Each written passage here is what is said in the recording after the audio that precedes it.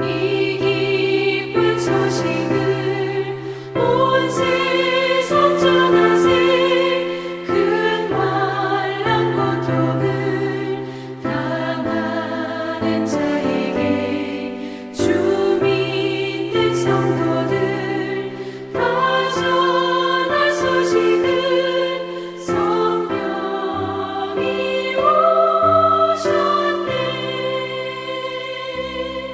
성령이 오셨네. 성령이 오셨네.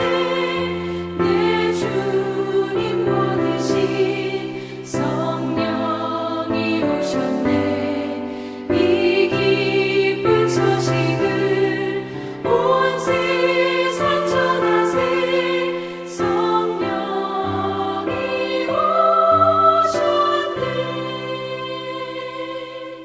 만왕의 왕께서 저 사로잡힌 자 다 구원하시고 장자유 주셨네. 승리의 노래가 온 성에 들리니 성령이 오셨네. 성령이 오셨네. 성령이 오셨네. 내 주님 보내신 성령이 오셨네. 이 기쁜 소식을 온 세상 전하세. 성령이 오셨네.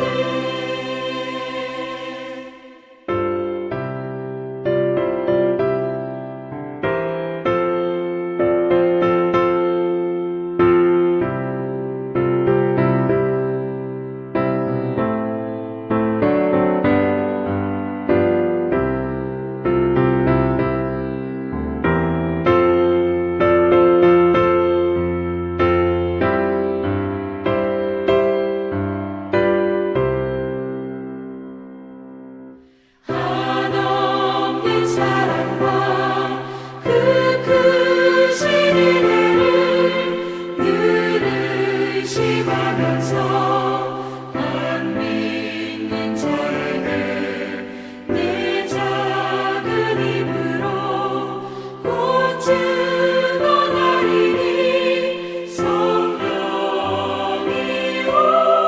오셨네. 성령이 오셨네. 성령이 오셨네. 내 주님 보내신 성령이 오셨네. 이 기쁜 소식을 온 세상 전하세. 성령이 오셨네.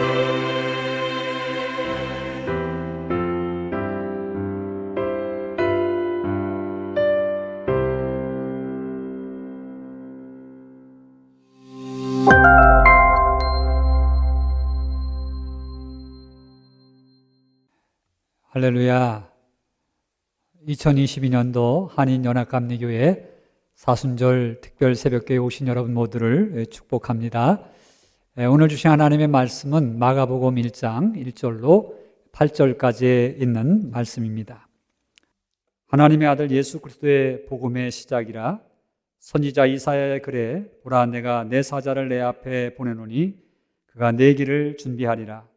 광야에 외치는 자의 소리가 있어 이르되 너희는 주의 길을 준비하라. 그의 오실 길을 곧게 하라. 기록된 것과 같이 세례 요한이 광야에 이르러 죄 사함을 받게 하는 회개의 세례를 전파하니 온 유대 지방과 예루살렘 사람이 다 나아가 자기 죄를 자복하고 요단강에서 그에게 세례를 받더라. 요한은 낙타털 옷을 입고 허리에 가죽띠를 띠고 메뚜기와 석청을 먹더라. 그가 전파하여 이르되 나보다 능력 많으신 이가 내 뒤에 오시나니 나는 굽혀 그의 신발끈을 풀기도 감당하지 못하겠노라. 나는 너희에게 물로 세례를 베풀었거니와 그는 너희에게 성령으로 세례를 베푸시리라.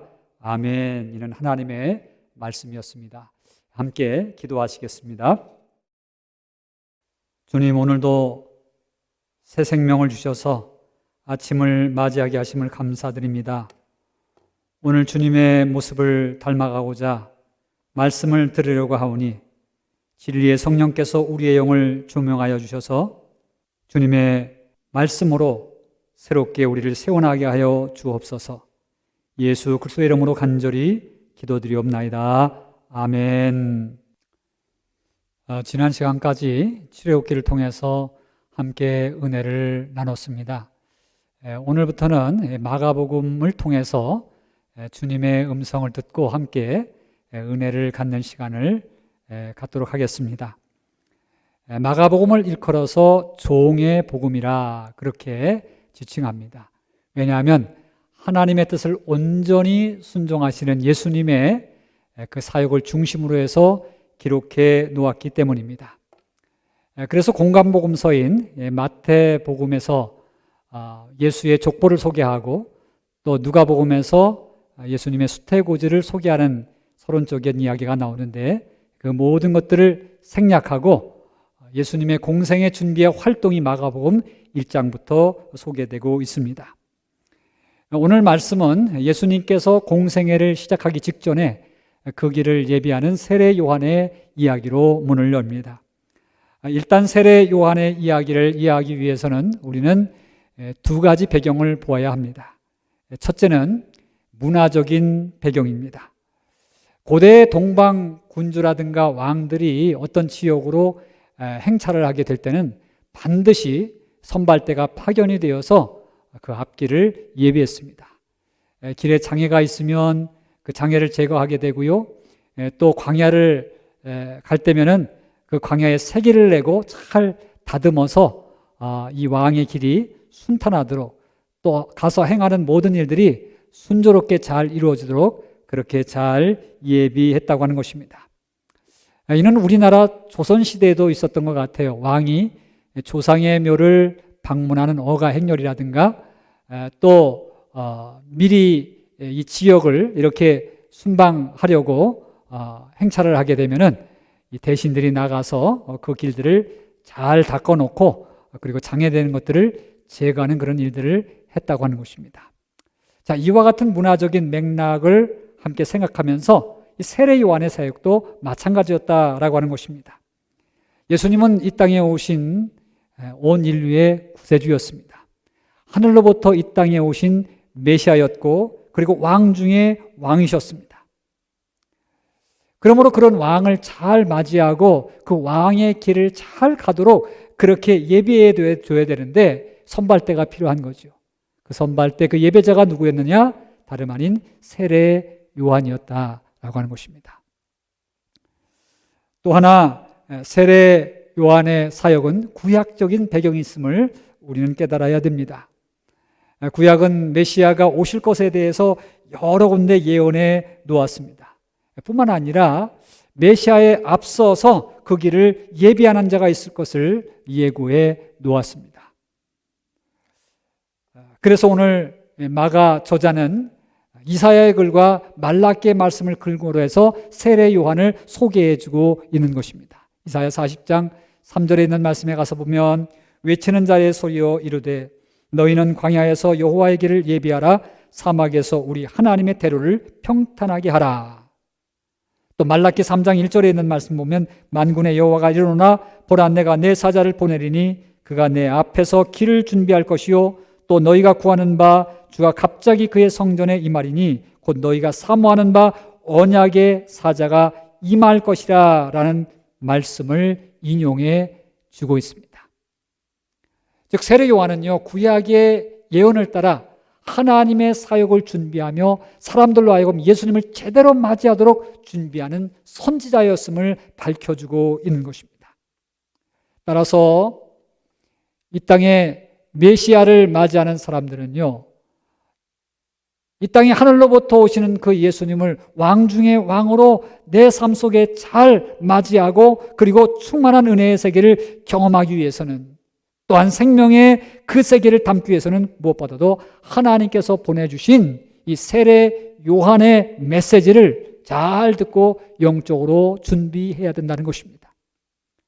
자, 그렇다면 오늘 세례 요한이 전해준 그 영적인 준비라고 하는 것은 어떤 것일까요? 무엇을 준비해야만 우리가 왕 되신 예수님, 메시아, 우리의 구원자이신 그분과의 접촉이 일어나고 또 그분의 인도하심을 받고 그분으로 충만해지며 생명이 충만한 그런 신앙생활을 하게 될까라고 하는 것입니다. 오늘 세례 요한은 마가복음 1장 4절에서 분명하게 외치고 있습니다. 세례 요한이 광야에 이르러 죄사함을 받게 하는 회개 세례를 전파하니, 즉 회개의 세례를 받는 것이 영적인 준비임을 분명하게 해두고 있는 것입니다. 여러분, 회개의 세례라고 하는 것, 이것이 무엇입니까? 이는 히라보로다가 밥티스마 메타노이아라고 그렇게 연결해서 쓰고 있습니다. 이 두 단어는요, 너무나도 중요한, 너무나도 근본이 되는 우리 신앙생활에 가장 기초가 되는 그러한 영적인 단어임을 기억하게 됩니다. 먼저 회개라고 하는 것은 메타노이아스라고 그렇게 사용이 되고 있는데, 그것은 가던 길에서 완전히 돌이킨다 하는 뜻을 가지고 있습니다. 영적으로 말하자면 우리가 세상적으로 살고 내 멋대로 살고 함부로 살고 죄 가운데 살던 우리의 삶을 완전히 돌이켜서 주님께로 향한다라고 하는 그런 의미를 지니고 있는 것입니다. 종전까지는 내 방식대로 살았지만 이제는 주님의 방식대로 주님의 길을 따라서 산다라고 하는 것을 말해주고 있는 것입니다. 마치 탕자가 아버지의 품에 안기기 위해서 스스로 돌이켜 아버지의 집을 향하듯이 우리도 온전히 돌이켜서 주님의 길을 향해 달려갈 때 거기서 주님의 은혜와 우리의 믿음이 만날 수 있다라고 하는 것을 알려주고 있는 것입니다. 자, 뿐만 아니라 오늘 말씀에는 회개의 세례라고 하는 것이 강조되고 있습니다. 이 세례라고 하는 것은 밥티스마로 그렇게 사용되고 있는데, 이것은 물에 잠겼다가 나오는 행위를 말해주고 있습니다. 오늘 문맥상에서 보면은요, 이 행위는 회개하여 씻음받았다라고 하는 증표로서 많은 사람들에게 보여주는, 많은 사람들에게 증거해주는 그 행위를 말해주고 있습니다. 여러분, 이것은 참 굉장히 중요합니다. 왜냐하면 회개는 개인적인 것일 수도 있지만 공개적일 수 있어야 된다라고 하는 것입니다. 그래야 더욱더 책임감을 가질 수 있기 때문에 그렇습니다. 여러분, 오늘 이와 같은 이 회개는요, 예수님께서 사역하실 때도 삭개오와 같은 사람을 통해서 보게 됩니다. 삭개오는 예수님 앞에서 자기가 토색한 것에 대해서 공개적으로 고백했고, 그리고 거기에 대한 해결책으로 주님 앞에 회개하며 갚겠다고 그렇게 고백했던 것을 보게 됩니다. 그와 같은 공개적인 회개는 그 후에 책임적인 삶이 뒤따르기 때문에 상당히 귀중한 것이라 볼 수 있습니다. 오늘날 우리는 이와 같은 회개에 대해서 다시 한번 우리가 생각해 봐야 되지 않을까, 그렇게 우리가 고민해 봅니다. 여러분, 요즘의 회개는 혼자 하고 말 때가 참 많지 않습니까? 그런데 성서에서 나오는 그런 회개의 모습들은 서로 죄를 고백하며 병 낫기를 위해서 기도하라라고 하는 것들도 그렇게 말씀해 주고 계시고요. 또 사실은 우리 대한민국의 1907년 평양대 부흥회 운동이 일어났을 때도 그 부흥운동은 회개운동이 아니었습니까?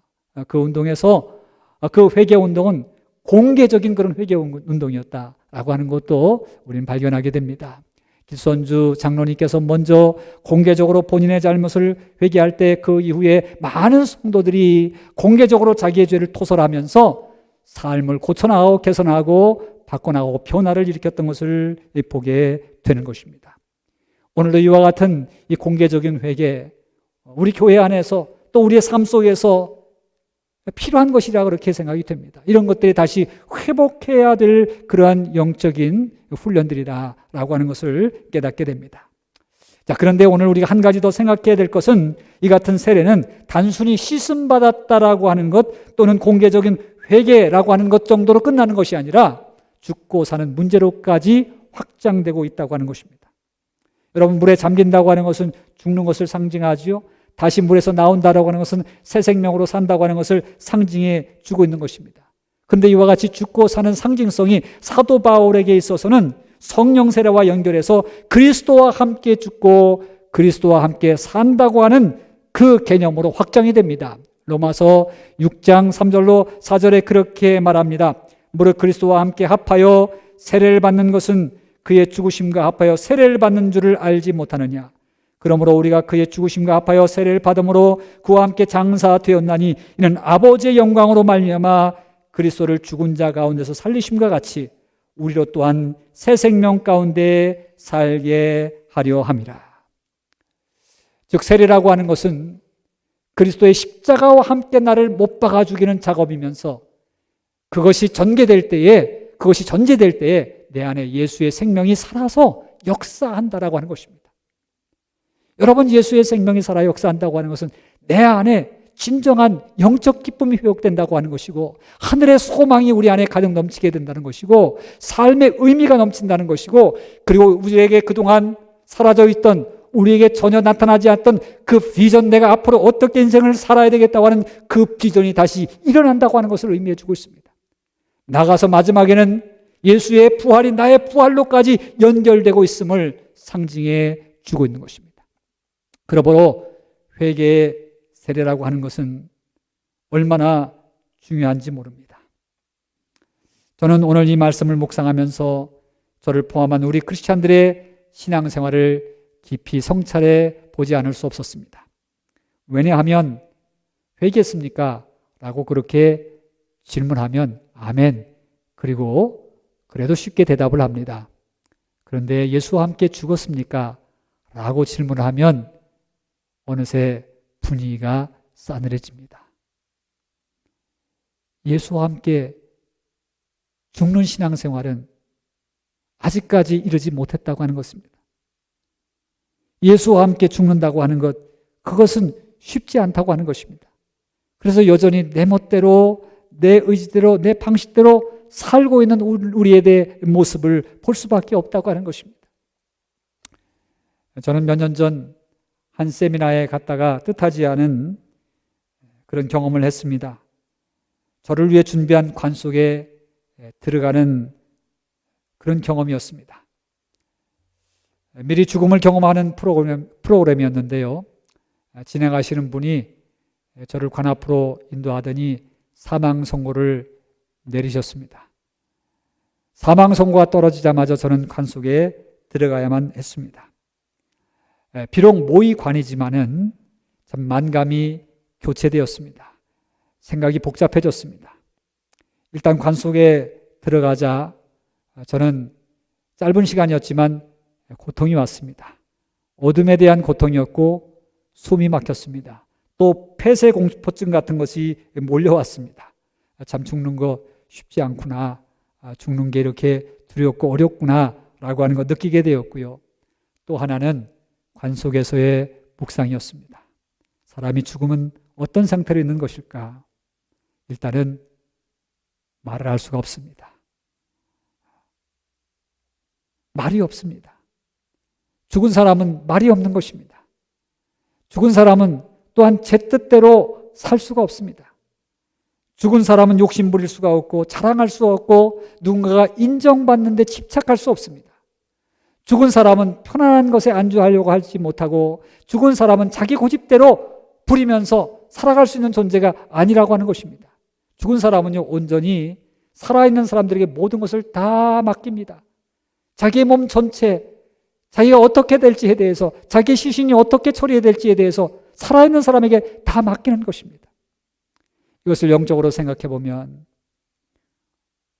우리가 죽었다고 하는 것은 영원한 생명이신 예수님 앞에 우리 모두의 전생애를 다 맡기는 것이 다름 아닌 예수 아래 죽는 것이다 라고 하는 것을 깨닫게 됩니다. 모든 것을 다 맡기는 것입니다. 나의 모든 전부를 예수 앞에 맡기는 것이 예수 안에서 죽는 것입니다. 예수 안에서 세례받는 것입니다. 회개의 세례를 받는 것입니다. 그런데 그렇게 살지 못하니까 우리는 예수님 쫓아간다고, 예수님 믿는다고, 예수님 앞에서 회개했다고 하면서도 우리는 여전히 하고 싶은 말, 내 감정, 내 고집, 내 열기, 그리고 내 편리, 내 뜻대로 다 하면서 살고 싶은 것들이 계속해서 불뚝불뚝 일어나는 것입니다. 심지어는 하나님의 말씀을 따라 살아야 될 우리들이 하나님의 말씀을 나에게 맞추어서 아전인수격으로 적용시킬 때가 있습니다. 이번에 푸틴이 하나의 좋은 사례가 아닐까 그렇게 생각이 되어집니다.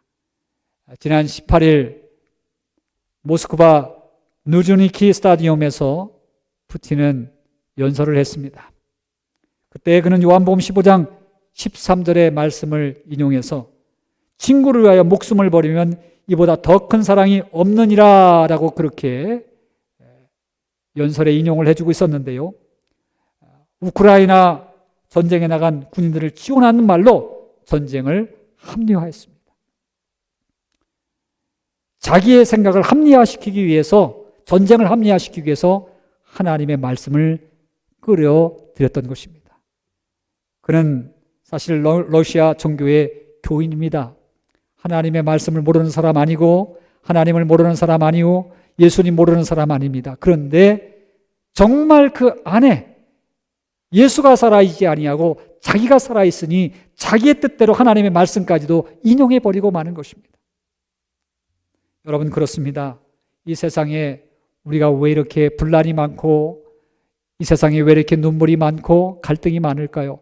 알고 보면 우리가 예수 믿는다고 하면서도 예수 안에서 진정한 회개의 세례를 받지 못하기 때문에 그런 거 아닌가라고 하는 반성을 갖게 됩니다. 여전히 회개의 세례 받지 못한, 여전히 죽지 못한 우리이기 때문에 가정에서 또 교회에서 일터에서 갈등과 분열과 전쟁들을 만들어 가고 있다고 하는 것입니다. 죽을 때 예수 생명이 나타나면 그 안에 기쁨과 소망과 평화와 그리고 새로운 아름다운 비전의 열매들이 맺히기 시작한다라고 하는 것입니다. 사실 이렇게 살아간다고 하는 것 쉽지 않습니다. 예수 안에서 죽는다고 하는 것 쉽지 않습니다. 그래서 사도 바울은 한 번 죽는 것으로 끝나는 것이 아니라 나는 날마다 죽노라고 그렇게 고백을 합니다. 한 번 죽었다고 하는데 또 다시 살아납니다. 또 나 하고 싶은 것, 내 편리대로 그렇게 살고 싶습니다. 내 육정이 살아납니다. 그러니 날마다 죽지 않으면 안 됩니다. 이를 마틴 루터는 데일리 배프즘이라고 하는 표현을 해 주었습니다. 데일리 배프즘, 날마다 나는 세례받는다, 나는 죽고 살아나는 그런 경험을 한다, 그렇게 표현해 주었던 것입니다. 그러나 중요한 사실은 무엇입니까? 그렇게 죽을 때에 그리스도가 내 안에서 사실은 놀라운 역사를 경험하게 된다는 것입니다. 바울은 그렇게 고백합니다. 갈라디아서 2장 20절에 내가 그리스도와 함께 십자가에 못 박혔나니 그런즉 이제는 내가 산 것 아니요 오직 내 안에 그리스도께서 사신 것이라. 여러분, 그렇습니다. 내가 십자가에 못 박혀 죽을 때에 내 안에 그리스도께서 사신 것이라. 새 생명이 시작되고 주의 놀라우신 은혜의 세계가 시작된다라고 하는 것을 말씀해 주고 있는 것입니다. 저는 최근 우리 연합감리교회에 계시는 목사님들로부터 여러 가지 좋은 소식들을 많이 듣게 됩니다. 그동안에는 나 중심으로 또 내 방식으로 기도해 왔는데 요즘에는 예수의 이름을 붙들고 예수님의 방식대로 기도를 하면서 놀라운 역사를 경험한다라고 하는 간증들이 있었습니다. 얼마 전에 카리스마 리바이벌이라고 하는 그런 모임을 가졌는데 거기서 우리 목사님들이 함께 공부하고 또 영적으로 훈련하면서 또 주님의 방법대로 기도해 보자고 하는 운동이 일어났는데 그것을 교회에 적용하면서 많은 성도들이 치유받고 또 성령의 강한 임재가 있다고 하는 소식들을 함께 듣고 있습니다. 저는 몇몇 교회뿐 아니라 우리 연합감리교회에 있는 모든 교회들이 또 모든 성도들이 이와 같은 은혜가 함께 공유되고 함께 체험되기를 소망합니다. 저와 더불어서 모든 우리 하나님의 백성들이 이와 같은 하나님의 은혜, 예수 생명이 함께 우리 가운데 경험되는 그런 시간들이 됐으면 좋겠다라고 하는 그런 바람이 있습니다. 예수님께서 분명히 말씀하셨습니다. 내가 진실로 진실로 너희에게 이르노니 한 알의 밀알이 땅에 떨어져 죽지 아니하면 하늘 그대로 있고 죽으면 많은 열매를 맺느니라. 요한복음 12장 24절에서 그렇게 말씀해 주셨습니다. 우리가 예수 안에서 하늘의 밀알처럼 썩어질 때 그 안에서는 예수님께서 많은 열매로 우리에게 보상하시겠다고 하는 약속을 해주고 계시는 것입니다. 사순절 예수님의 생애를 묵상하며 십자가 없이는 부활도 없다라고 하는 진리를 붙잡게 됩니다.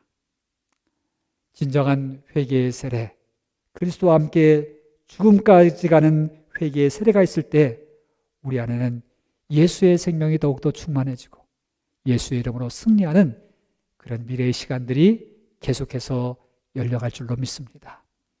오늘 이와 같은 주님 안에서 죽고 주님 안에서 사는 삶이 우리의 신앙생활로 승화되어서 하나님의 말씀 안에서 늘 승리할 수 있는 저와 여러분 되기를 주님의 이름으로 축복합니다. 함께 기도하시겠습니다. 오 주님, 감사합니다. 저희들 주님을 믿는다고 하고 또 주님 안에서 회개하고 새롭게 됐다고 하지만 여전히 죽지 못하여서 내 성격, 내 감정, 내 이기적인 욕심이 불뚝불뚝 나올 때가 얼마나 많은지 모릅니다. 주님, 예수 그리스도와 합하여 세례받음으로 말미암아 내 자신의 육정이 점점 죽어지게 도와주시고 내 안에 예수 생명이 점점 살아 움직이고 충만해지는 신앙생활을 할 수 있는 저희 모두가 되도록 인도하여 주옵소서. 하나님, 어두워져가는 세상 우리가 무엇으로 밝힐 수 있겠습니까? 우리 안에 들어있는 예수 생명, 성령의 충만함, 성령의 능력으로 세상을 변화시켜 갈 수 있는 줄로 믿사오니 우리에게 오늘도 갑절의 은혜를 주시옵소서. 나는 죽고 예수로 살 수 있는 그 은혜가 우리에게 드리워지도록 인도하여 주옵소서. 그리하여 가정이 살고 교회가 살고 나라와 민족이 사는 예수님의 계절이 임하는 그런 역사가 일어나게 도와주옵소서. 거룩하신 예수 그리스도 이름 받들어 간절히 기도드리옵나이다. 아멘.